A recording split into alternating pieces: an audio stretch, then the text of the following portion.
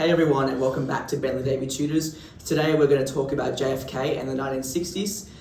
Yes, we're both going to be in this video, which is a first, and that's fun. And also we're actually filming in a classroom today, which is also a fun change.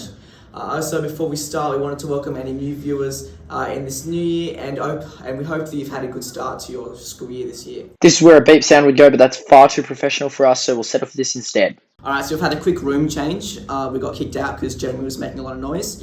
But I'll start by going through some key terms and definitions which are important for you to know because we're going to be mentioning them throughout the video, and they're also just important to know for any assessment task or exam to do with JFK.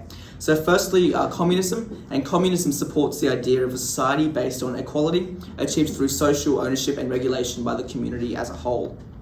Second, we have the civil rights movement, and the civil rights movement is the coordinated efforts to end racial discrimination and segregation and promote equal opportunity and equal rights for African Americans.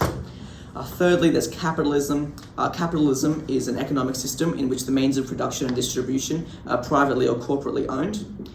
Second last is democracy, which is a system of government by the people, governed by representatives elected by the citizens. And finally, there is the Cold War, which was a period from 1945 to 1991, during which there was great hostility and tension between the US and the Soviet Union. It was a period of global rivalry between the communist and the non-communist world, and was made more dangerous by the production of nuclear weapons. Wow. That's some really excellent words, Luke. Thank you. And so just as I'm rubbing this out, those are some key terms that we're going to use throughout the video just to explain some things in a bit more depth. And we're going to start with going on to the Cold War. That's what I'm going to speak about to start with. I'm basically just going to give some context around the Cold War because that becomes very important later in the video in terms of the different sections that we've got. So firstly, the first question that I'm going to answer is how did the US and USSR become the dominant powers after World War II? So basically, after World War II, most of Europe and other parts of the world were both economically and physically crushed by the effects of the war. However, the US and USSR managed to find themselves as dominant global powers for different reasons for each country. So the US were able to come out of the war quite victorious as their economy hadn't suffered hugely. The US economy is fairly well built, especially at that time, around military equipment. And so a war environment was actually quite good for a lot of the businesses they had there. As well as this, their physical environment wasn't too badly hurt either, as there hadn't been particularly any major fighting on US soil, which meant that the US economy and generally businesses there were able to stay intact. The USSR, however, had some slightly different opportunities to come to power, and so they were able to gain power, for different reasons to the US. But unlike the US,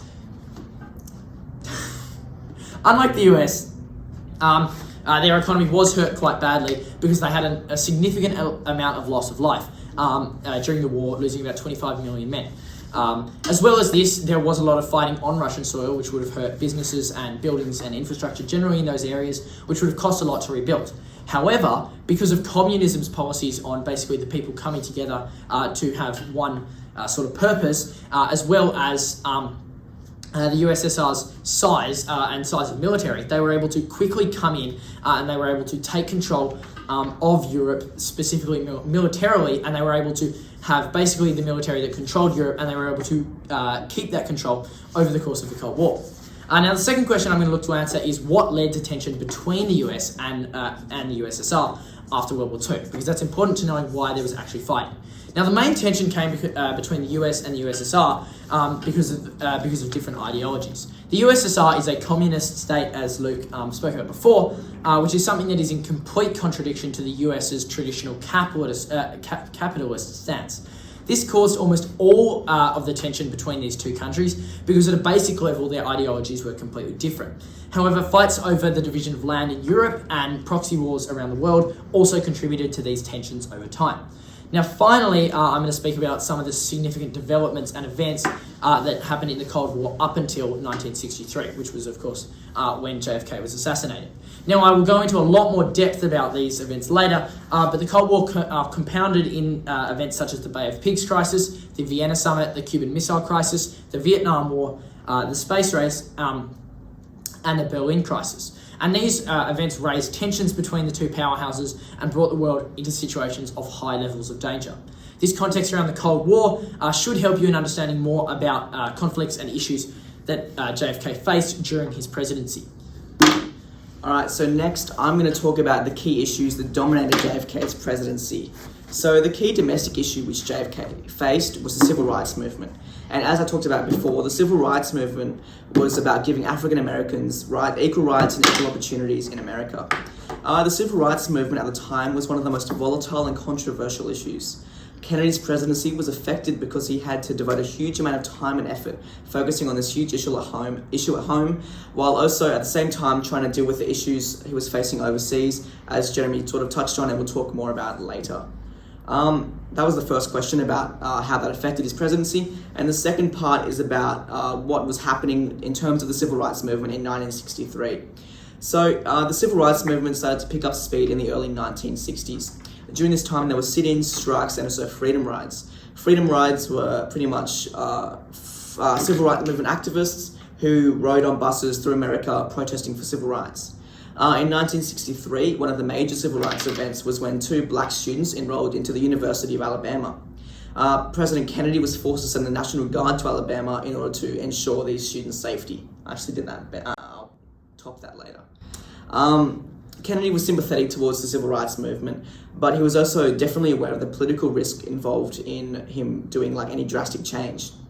And this led him to being quite cautious about any policy he made towards civil rights, as well as any public comments he made to do with the issue. Another incident in 1963 was the protests in Birmingham, also in Alabama, where black demonstrators were attacked with police dogs and cattle prods, and were also hosed down with fire hoses. After this, Kennedy went on national television to declare a moral crisis. So you can see the civil rights movement was still very divisive and controversial in 1963. Also in 1963, Kennedy worked on passing a moderate civil rights bill, which was eventually passed through in 1964 after he'd been assassinated. Wow, really well done on that section, Luke. So as Luke just spoke about some of the domestic affairs and the key issues there that dominated JFK's presidency, I will follow on by speaking about the foreign affairs. So this is quite a big section and pretty much explains most of... Oh, wow, that's very impressive. Thank you. Pretty much explains most of what happened with JFK during his time in office. So the first question I'm going to look at is what were Kennedy's attitudes towards the Cold War and the threat of nuclear conflict. So JFK had 2 main viewpoints that basically influenced him. Yeah, see, you're absolute garbage. That influenced him and his overall views on the Cold War as well as nuclear war. And they were based on these 2 views. So firstly, JFK was incredibly anti-communist, which to be honest is not that surprising considering how rich his family was. But either way, he was not a fan of how communism and the Soviets operated as a whole. And so when the Cold War came about, which was basically a battle between communist and capitalist ideologies, he was very happy to be on the capitalist side. Now, secondly, he was absolutely petrified of all-out nuclear war. JFK often stated that nuclear war was his greatest fear, and as only the 3rd US president to have nuclear weapons at his disposal, he was terrified that he would be the one that would need to use them. This meant that JFK was always trying to be in control of the situation and aimed to reduce the impacts and aimed to reduce tensions in any situation that could have led to nuclear war.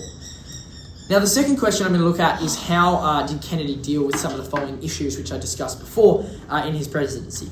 So JFK unfortunately had to face some incredible challenges throughout his presidency in the form of some very difficult and troubling events, which I will go now over to give you a decent idea of what happened to JFK over his 1,000 days in office. I'm sure this is going to be a quick section. Yeah, I'm sure it is. So the first issue that I'm going to look at is the Bay of Pigs fiasco. And so the Bay of Pigs crisis was arguably the biggest crisis of JFK's presidency, with it remaining as an incredible failure by the US government. The Bay of Pigs invasion was basically a plan by the CIA to train up and arm up a group of Cuban exiles to go in and invade and overthrow the Cuban government, which was headed by Fidel Castro, who was a communist sympathizer and worked very closely with the USSR. Oh, so similar to you. Yeah, sure. However, this plan was not well thought Hey, that's just like working with Luke. Not very well thought through. And was brought to an inexperienced Kennedy just days into his presidency. And so the issues came here because imagine it was your third or fourth day on the job, and the CIA comes to you and says, sign off on this plan now to invade another country. That would be pretty tough to deal with. It actually happened to me last week. It did happen to you. Okay, so Luke's actually working with the CIA at the moment. And the Soviets. And the Soviets, great. So this was a big issue for JFK because he wasn't particularly experienced at these times, which can be seen through his youngness in terms of his age, which I'll look at a bit later. And so issues arose, however, when changes to this plan were made by Kennedy and by the CIA. And Kennedy refused to commit fully one way or the other. He wasn't happy to fully commit the US Army and their might, and he also wasn't happy to not commit anything at all. So the problem came here,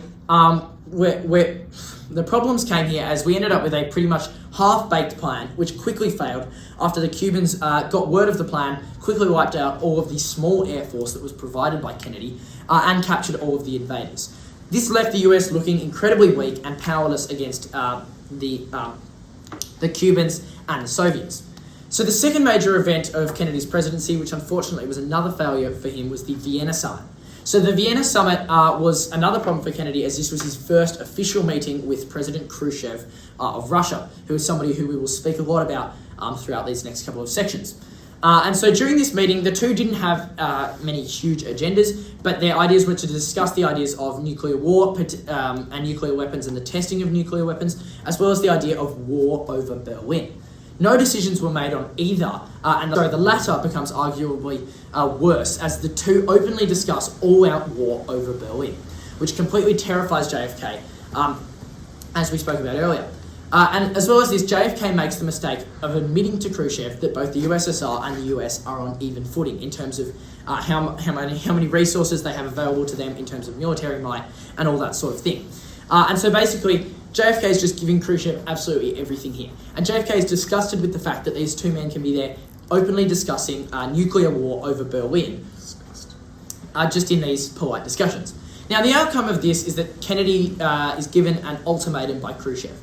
Basically, this ultimatum is get out of Berlin in 2 months, or where there will be war over Berlin. Now, the one bit where Kennedy pulls himself back here is he makes a good move and strengthens his resolve, which is basically he stands firm on his point, declining the ultimatum and instead putting more troops into Germany.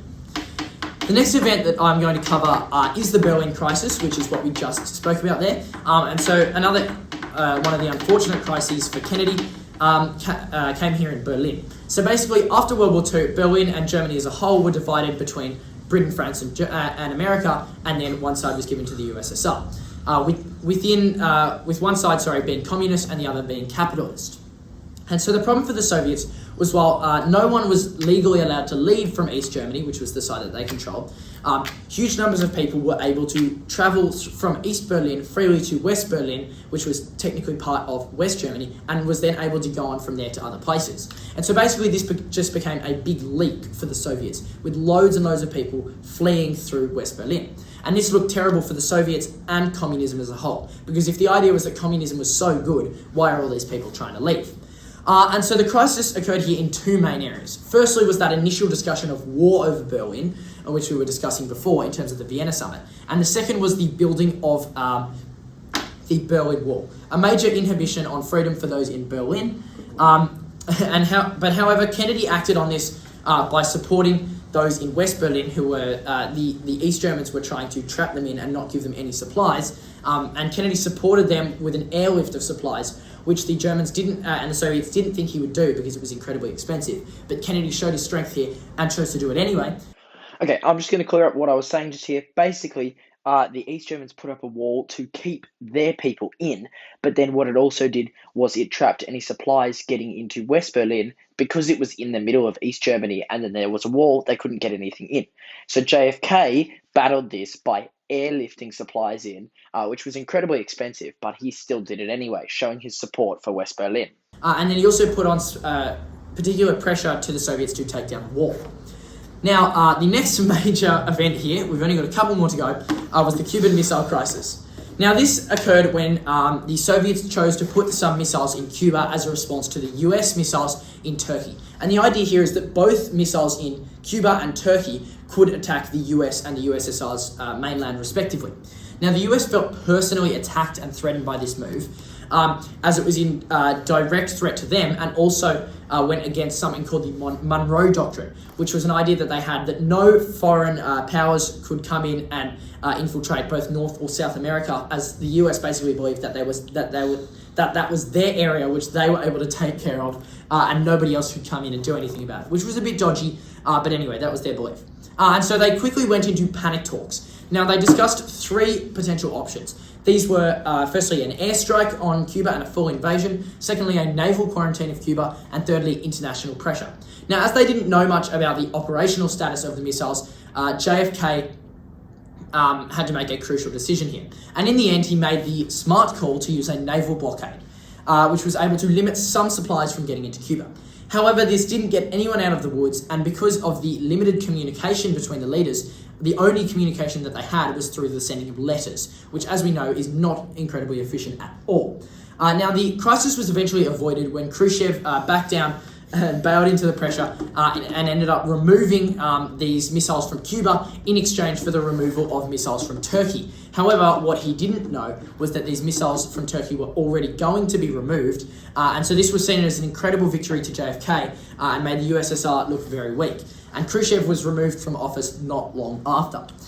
Now, we have two more points here. The first one's very quick. The second one isn't too long either. And so the next foreign issues affair that faced JFK was the space race. This was a minor issue, but it basically was basically like a proxy war, except there was no actual fighting. And instead, it acts as sort of an image of the Cold War. Basically, it just fed into the Cold War, and it was both sides trying to react to each other and outplay each other in terms of proving dominance over the world. Now, the final issue that we have here is the Vietnam War, or what can be known as Indochina. And essentially, the problem here came out of the domino theory. Basically, that's an idea that if one country falls to communism, its neighbours, particularly in developing countries, will fall very soon after. Now, this was very worrying to JFK. And so then when a communist leader by the name of Ho Chi Minh came into power in the north of Vietnam, JFK quickly, who was propped up by the USSR, JFK quickly decided that he needed to back a non-communist leader in the south.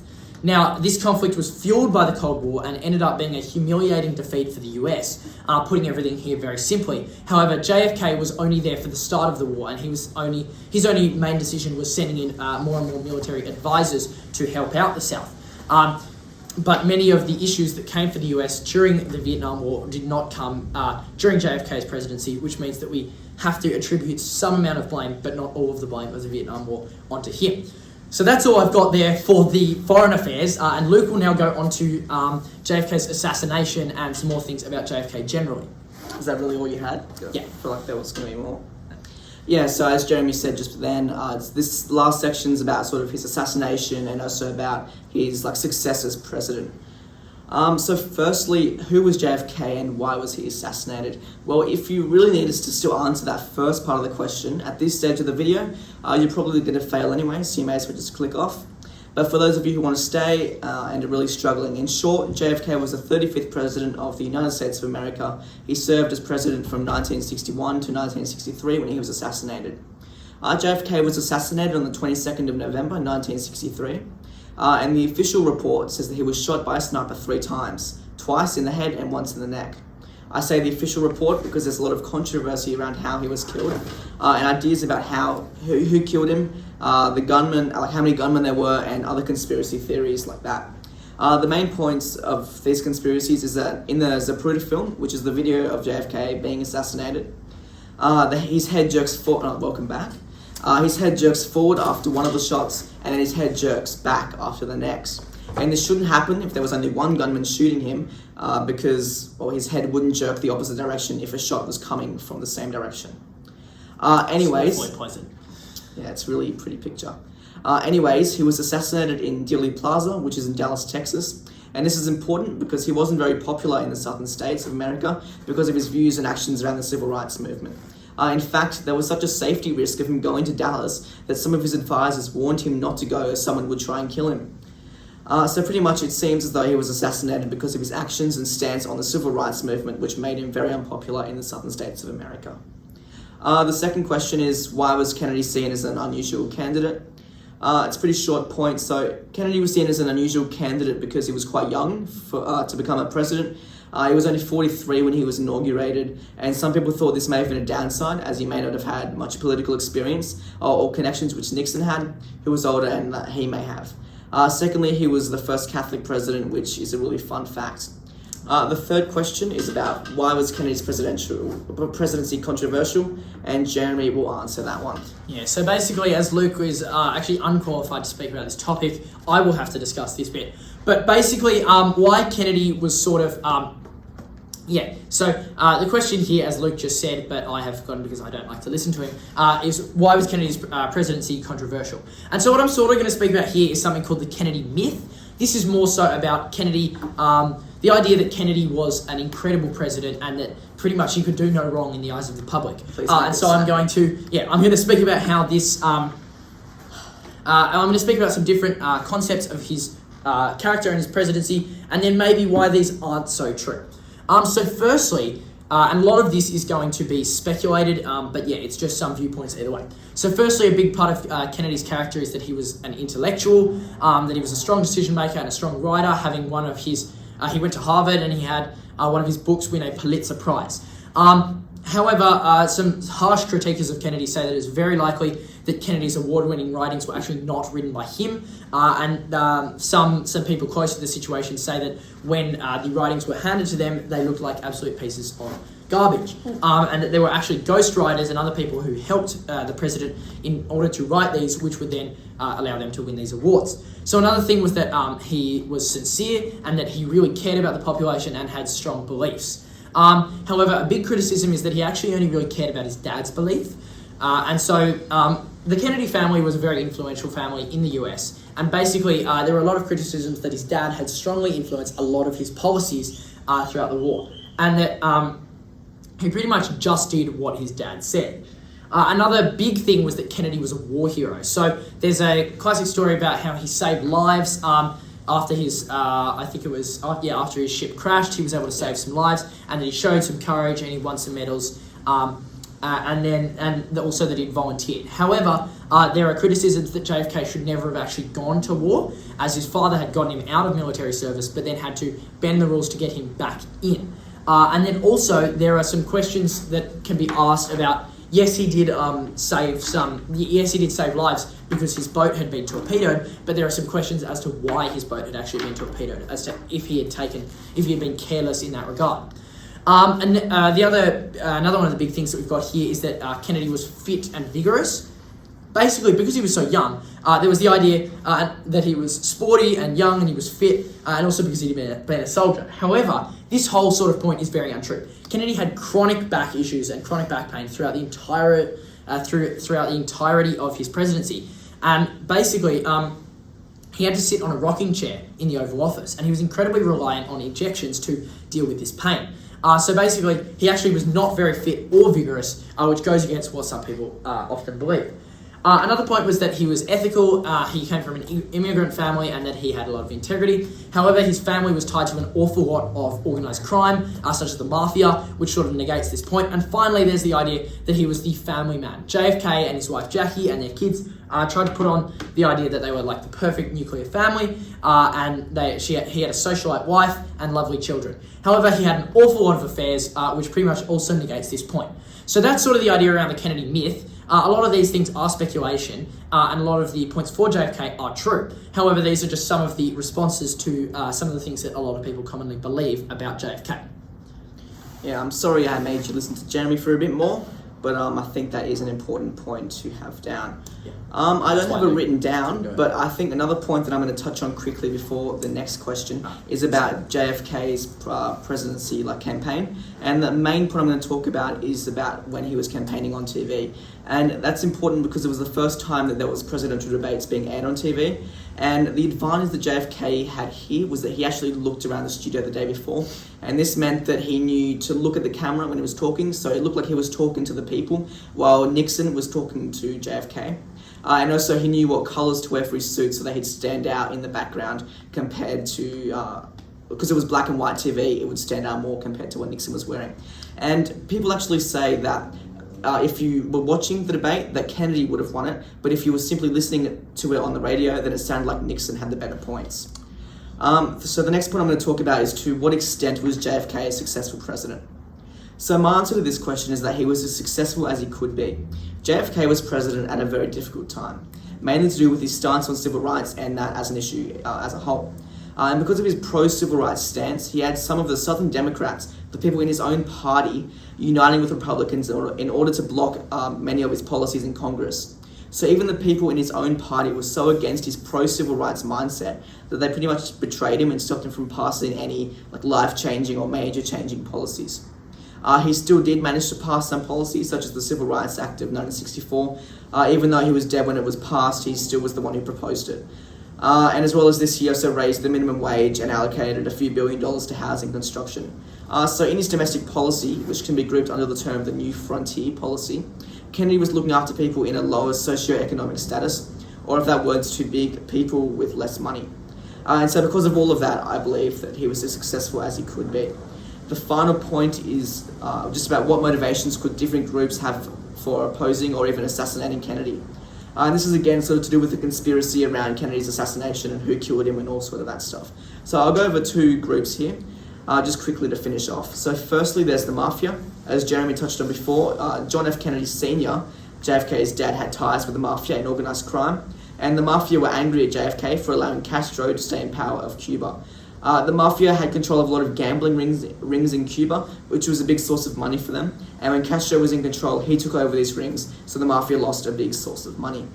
So that could have been an incentive for them to shoot him a few times. And the second group is communist sympathizers like Jeremy. And this is just simply because they were angry at America's involvement in Vietnam, which partly happened while Kennedy was in power.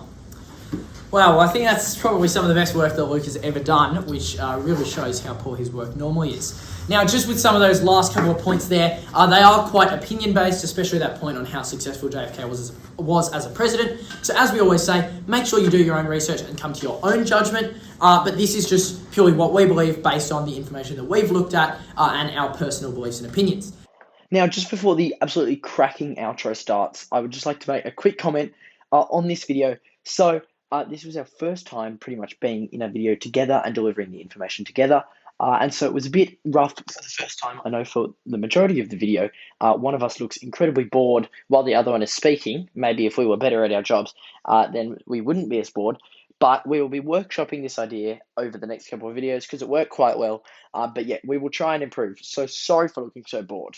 So that's all we've got time for today on the issue of JFK and the 1960s. As I've just mentioned, if you're looking for more information, you can always do more research or leave some questions down in the comments. We're happy to answer them. Hopefully this video was helpful and it's a good start back to the year. We'll have many more videos coming out in the next couple of weeks and moving forward throughout the year. And if you did enjoy, leave a like and subscribe so that you won't miss anything. Thank you and bye-bye.